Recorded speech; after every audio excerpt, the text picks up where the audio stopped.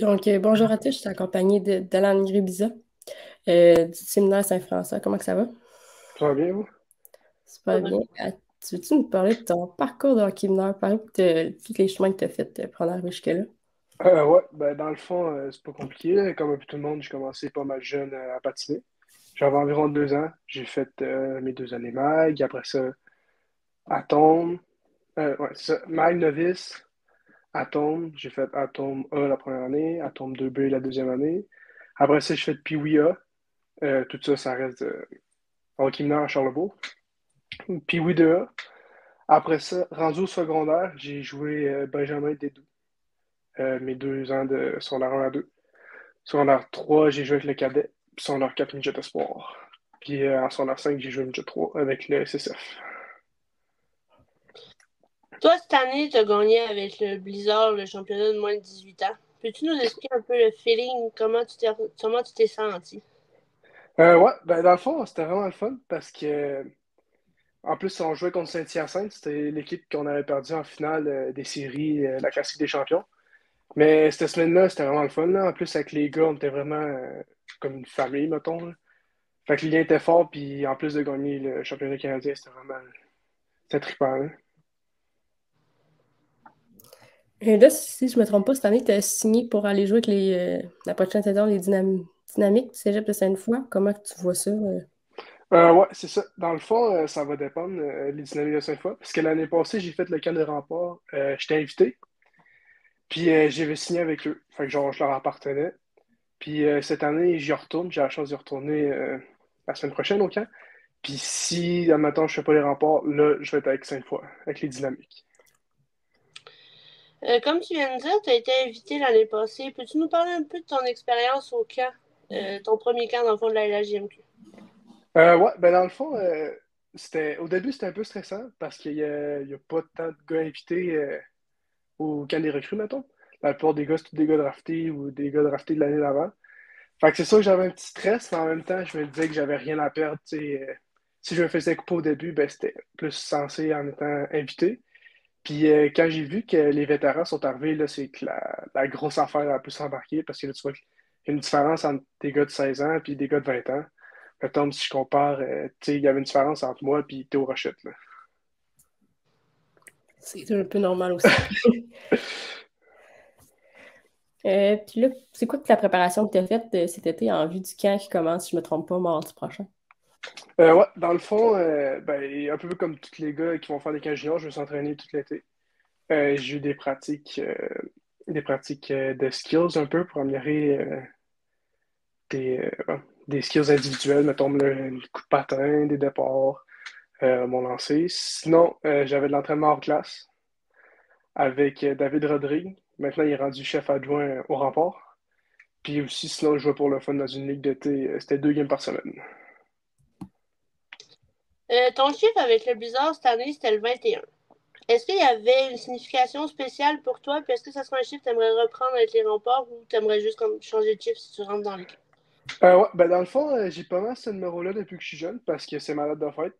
Quand il est disponible, je le prends. Puis ouais, c'est ça que j'aimerais ça l'avoir l'année prochaine, peu importe où que je joue, que ce soit avec les remparts ou les amis, c'est ça que j'aimerais savoir mon 21. C'est sûr et certain que tu l'as toujours eu. Là, tu vas sûrement affronter tes anciens coéquipiers. Comment tu vois ça, là? Je sais que tu vas être avec probablement Marc-Olivier Roy au camp, là. Mais y en a-tu un que tu as comme moins hâte d'affronter plus qu'un autre? Ben, si on regarde le Radical, on joue contre Chicoutimi. Puis Raphaël Précourt, mon gros là de cette année, il s'est fait draft là au repêchage. Puis il est vraiment solide dans les notes, là. Tu sais, j'ai beau avoir passé une année avec. Tu sais, il y en a qui disent ah, t'as joué avec, non, tu sais ses faiblesses. Ben, ce gars-là, il y en a comme pas dans les notes. Fait que si on joue contre Chicoutimi, ben, si c'est pas lui d'un goal, tant mieux. Mais c'est sûr qu'en même temps, ça donne un petit challenge là, quand tu joues contre du monde que tu connais plus le fun en tant que tel. Puis, tu sais, après ça, ça s'en reparle. Puis tu peux reparler des moments qui s'est passé. Mettons, ah, je t'ai scoré ou ah, je t'ai fait un gros save.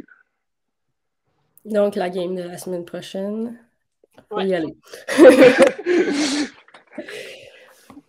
Y a-t-il un entraîneur qui t'a le plus aidé dans ta carrière, mettons, un nom qui te viendrait à l'esprit? Ouais, dans le fond, ça a pas mal commencé à partir de Midget Espoir, je te dirais, parce qu'avant, c'était plus du hockey pour le fun. Mon coach Midget Espoir, c'est Francis Laterreur. Il est quand même reconnu dans le monde du hockey.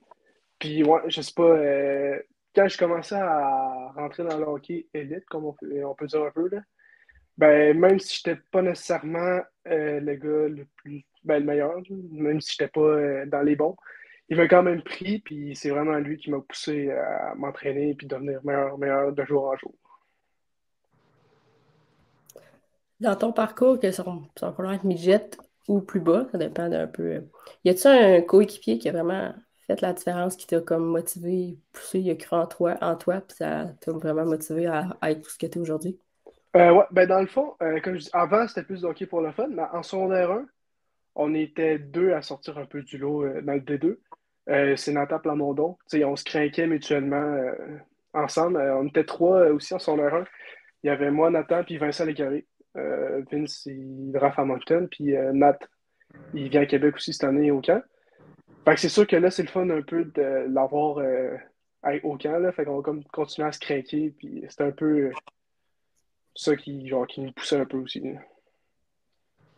Est-ce qu'il y a un joueur professionnel à qui tu te compares, mettons, dans ton style de jeu ou que tu voudrais y ressembler plus, mettons? Euh, oui, puis non, ça dépend. J'ai genre un peu de tout. Comme je pense à Joe Pavelski, il est vraiment bon autour du net, dévier des pucks, gagner ses batailles. Puis des power forward qu'on appelle, là. Fait que, ouais, cette année, j'avais un gros rôle pareil en avant du but, que ça soit gagner des batailles, gagner des mises en jeu, dévier des rondelles. Fait que, ouais, plus des joueurs de même. C'est un excellent joueur, donc ça va être motivant. Euh, Y a-tu un joueur, là, mettons, là, tu sais que tu rentres au camp des remparts, puis il y a de la place en masse, hein? Tu le cacheras pas cette année, tu as la chance de percer. Y a-tu un joueur, un vétéran que tu as hâte de jouer avec, tu as hâte de fréquenter pendant le camp? Ben là, cette année, je sais pas trop qui est là, qui est pas là, parce qu'il y en a qui vont partir dans des camps pro, pis ça. Mais l'année passée, vraiment, c'était Rochette, là. C'était là, il est smooth, ça glace, tu sais, c'était capitaine. Puis même si on était des recrues, il n'y avait pas comme de. Tu sais, il nous incluait pareil. Avec tout le groupe, tu sais, il faisait pas genre, ah, des recrues, on s'en fout. Il nous incluait, puis il jouait de la même manière que ce soit avec Gaucher, ben, avec nous, les recrues, il jouait de la même manière. Tu sais. S'il y avait à faire une passe, il faisait une passe. S'il y avait à shotter, il shotait. Fait que c'était vraiment le fun. Mais cette année, comme je te dis, je sais pas trop qui est là, mais il y a Godet qui était vraiment smart l'année passée. Ouais, cette année, ça se vide pas mal, fait que vous allez avoir la chance de Ouais. percer l'alignement assez rapidement parce qu'on ne se le cachera pas, là. Ouais, Tu peux Euh, pas garder 29 ans, là. non. ouais. Toi, tu es originaire de Québec. Ouais.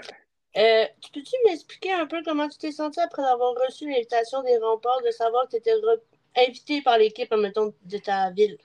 Ça, cette journée-là, c'était vraiment bizarre, je m'en souviens. C'est l'année passée, c'est la journée que la liste du draft en sortait. J'étais à l'école, j'étais dans un cours random, là. Puis justement, avec Nathan, on checkait la liste, puis là, j'étais pas dessus, fait que, tu sais, j'étais déçu un peu. Puis cette journée-là, mon père il vient me chercher, puis à la limite que je suis rentré dans le char, il m'a dit, ouais, puis là, j'ai dit, ah, je suis pas sérieux, ça. Puis il me dit, ouais, je sais, t'es invité à Québec. Mais là, c'est sûr que, tu sais, c'est une équipe que je vois depuis que je suis tout petit, là, les remparts, là. Puis c'est sûr que c'était le fun, puis en plus, il y a une belle arena, une belle organisation, tout ça. Puis, ouais, C'est sûr que c'est un beau moment, là, tu sais. ouais, vraiment. C'est jeune. Puis t'as sûrement grandi en étant fan des remparts. T'as-tu un souvenir par rapport à ça? Un, un souvenir, pas tant. Mais tu sais, je me souviens. Ah oui, quand ils jouaient au Colisée Pepsi, quand j'étais vraiment petit, là, genre les Timbits là, qui jouent entre les périodes, là, je me souviens, j'avais fait ça une année. Puis là, ça m'a genre rappelé que genre, je trouvais ça vraiment fort dans ce temps-là, là, les remparts. Puis là, de voir que je suis à la porte des fers, ben, c'est sûr que c'est vraiment un feeling le fun, là. Tu évolues à la position d'attaquant. Est-ce qu'il y avait, avant, comme quand tu jouais plus pour le fun, comme tu as dit, tu as essayé d'autres positions ou toi, tu étais vraiment attaquant puis je veux rester attaquant? Non, non, j'ai tout le temps été à l'attaque depuis que je suis tout petit, là. J'ai jamais voulu être deux fois à l'attaque, là, vraiment. Je suis resté ben, tu sais, c'est sûr que j'ai changé centre allié, gauche-droite, là. Ouais. Mais ouais, à l'attaque. Comme attaquant, selon toi, serait quoi ta plus grande qualité? Ma plus grande qualité, c'est vraiment les coins de bande, là. Si je veux pas, je suis quand même imposant puis grand. Puis c'est sûr que puck protection ou, mettons, devant le net, puis dévier des pucks, c'est ma force, là. Est-ce que tu te considères comme un joueur de hockey superstitieux? Tu sais, admettons, faut que tu manges avant le game, chaque plat, tout le temps le même plat, ou admettons, avant, vous savez du côté gauche avant de t'habiller du côté droit? Ouais, vraiment, j'en ai beaucoup des superstitions. Ça, c'est pas mal tout joueur de hockey. Je connais pas un gars qui est pas superstitieux à mon entourage, là. On a toutes nos petites affaires qu'il faut faire régulièrement. Puis si mettons de l'affaire, tu le fais pas ou ça arrive pas, ben la game en va moins bien, mettons, là. Au moins, tu l'admets, parce qu'on en a plusieurs qui disent, ils nous disent genre, ah non, je suis pas superstitieux. Ah, puis Ouais. à force de parler, ils sont là, ah ben finalement, ouais, dans le fond. Ouais. Mais j'en ai beaucoup de superstitions. Il y en a que ça n'a vraiment pas rapport, là. Mais.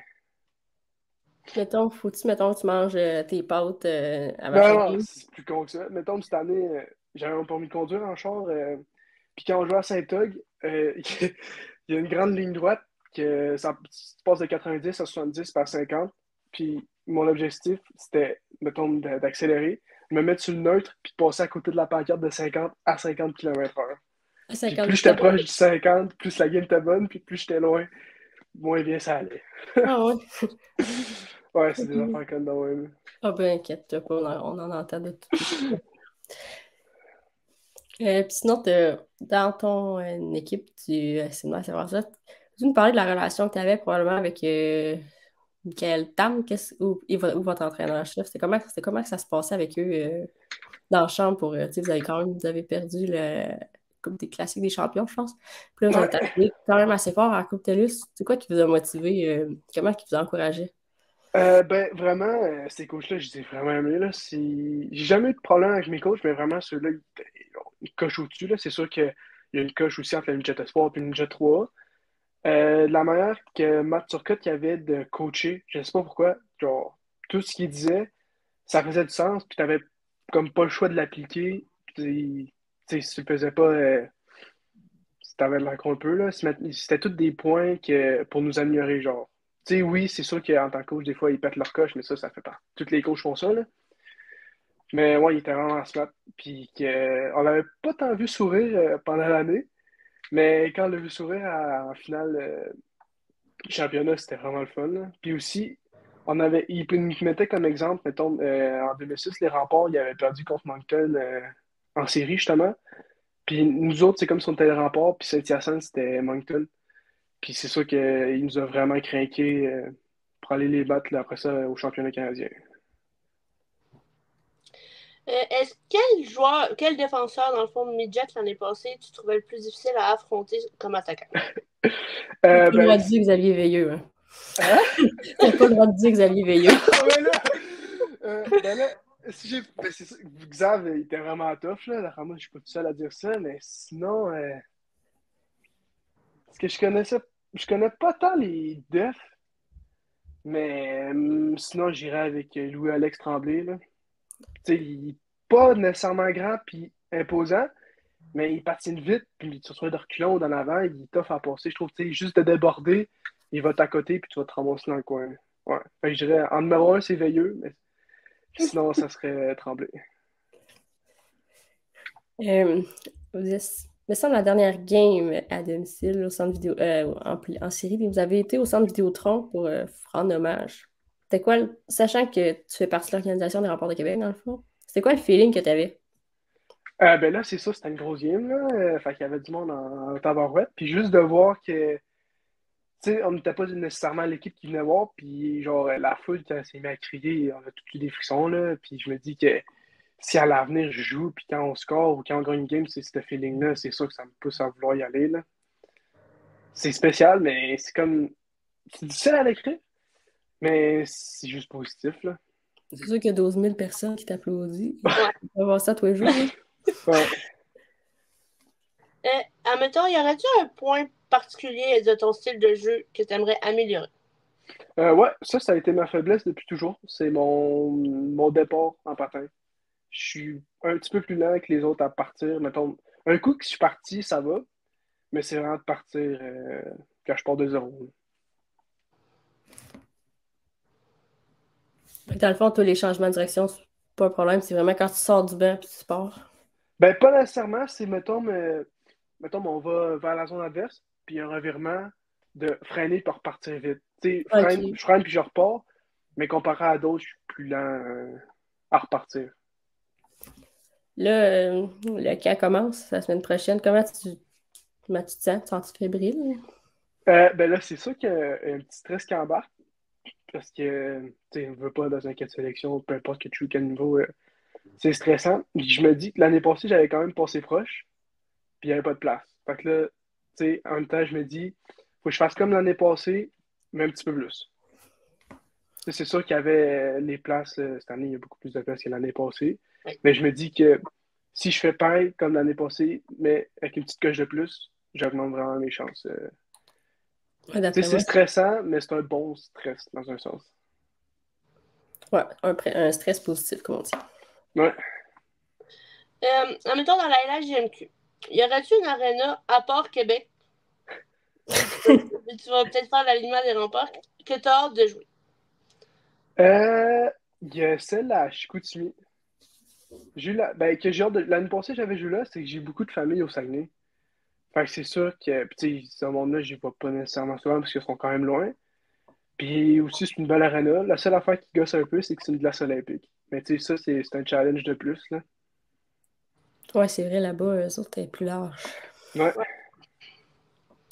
Là, ton ancien entraîneur, il a été nommé entraîneur-chef de l'Armada. T'es-tu surpris? vraiment pas.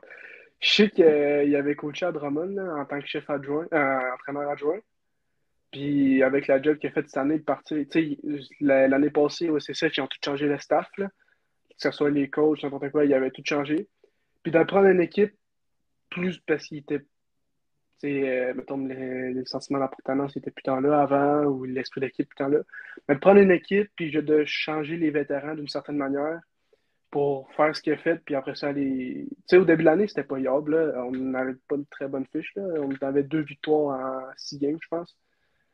Puis après ça, un coup que c'est parti, on a eu un stretch de 10 victoires, puis 12 victoires. Fait que c'est sûr que, tu sais, les entraîneurs sont capables de faire ça, c'est sûr qu'ils sont appelés au plus haut niveau par la suite. C'est comme Joël Perrault, avec les Vikings, ils ont eu une pas pire saison, puis il s'est fait monter aussi junior majeur. Je vais y aller avec ma dernière question pour ma part. L'année passée, dans l'organisation des remparts, est-ce qu'il y avait un joueur à qui tu te comparais plus son style de jeu? Plus ou moins avec Nathan Gaucher. C'est un gros bonhomme, il déplace de l'air. Je trouve qu'on est un semblant à un certain point dans le sens que on n'est pas le genre de gars qui va faire 12 000 cuillères puis qui va déjouer tout le monde pour aller scorer, mais jouer la game physique, faire des mises en échec, protéger son puck, être centre, genre être défensif puis être bon pour relancer l'attaque. Ouais. Bon joueur aussi, on ne se le cachera pas Ouais. que Ouais. il a tout fait l'année passée, il a tout gagné, ce qu'il voulait gagner. Ouais. Ouais. Pour ma part, j'en ai encore une coupe, mais pas tant que ça, tu vas voir. Moi, je dirais bien ça. Là, dans le fond, comment tu gères ton stress, mettons, avant la finale de la Coupe TELUS? Comment tu gérais ça? Honnêtement, je pensais pas. Je me dis, tu sais, au bout de la ligne, oui, il y a l'importance de gagner sa dernière game de la saison, tout le monde, tu sais, ça, mais je me dis qu'au bout de la ligne, ça reste du hockey, là. Tu sais, moi, ça, je dis aux gars parce qu'il y en a que ça paraissait plus, puis qui j'avais, tu sais, ça reste une game de hockey, on fait ça depuis qu'on est tout jeune, puis si on est là en ce moment, c'est qu'on a mérité d'être là, puis tu sais, les équipes qu'on a battues, on est meilleurs qu'eux. Fait que, moi, je disais aux gars dans le champ, je disais, hey, les gars, c'est une game de hockey comme toutes les autres, que ça soit la première game de l'année ou là, la différence, c'est que là, on est tous, genre, tout le monde connaît avec qui on joue, on connaît les forces, on connaît les faiblesses de tout le monde. Puis ça reste de jouer dans les forces, puis ça allait bien aller. Puis comme de fait, ben, ça a bien été. Ouais. Comme on dit, Québec, une ville de champions. Cette année, ça a vraiment été un gros classique Ouais, là-dessus. vraiment. Ouais. La rivalité, les Chevaliers, le Blizzard, tu peux-tu nous en parler un peu? Comment vous viviez ça? Nous autres, c'est sûr qu'on était. Mathieu Turcotte, c'est sûr qu'il nous craquait un peu plus quand je jouais contre Lévis. C'est sûr que lui, il avait coaché là avant. Puis là, c'est sûr que, mettons, de se faire battre par son ancienne équipe, tout le temps un peu plate, là, d'une certaine manière. Fait qu'ils haïssaient plus.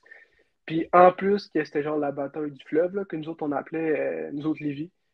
Puis en plus, c'était pas une équipe, tu sais, c'était pas une équipe de bas de classement, là. Il y avait quand même des bons joueurs, puis il était quand même fort. Fait que, je sais pas, d'une manière ou d'une autre, on réussit à se craquer pour que, mettons, si le monde il parlait de Québec ou ce qui est proche, mettons, tu sais, Lévis, c'est pas tant loin, ben qu'ils parlent de nous autres au lieu de parler des Chevaliers. En effet, vous avez réussi votre Ouais. but. Bonheur. Sinon, c'est pas mal ça.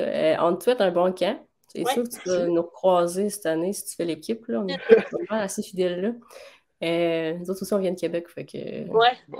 pas le choix. C'est sûr, sinon, bonne chance avec les dynamiques. Puis on va suivre ton camp assez de près. Ouais. On te souhaite la meilleure des chances. Puis comme tu dis, il y a de la place en masse, fait que tu es capable de faire ta place, je suis sûre et certain. Ouais. Merci, passe une belle soirée. Bonne soirée. Merci vous aussi.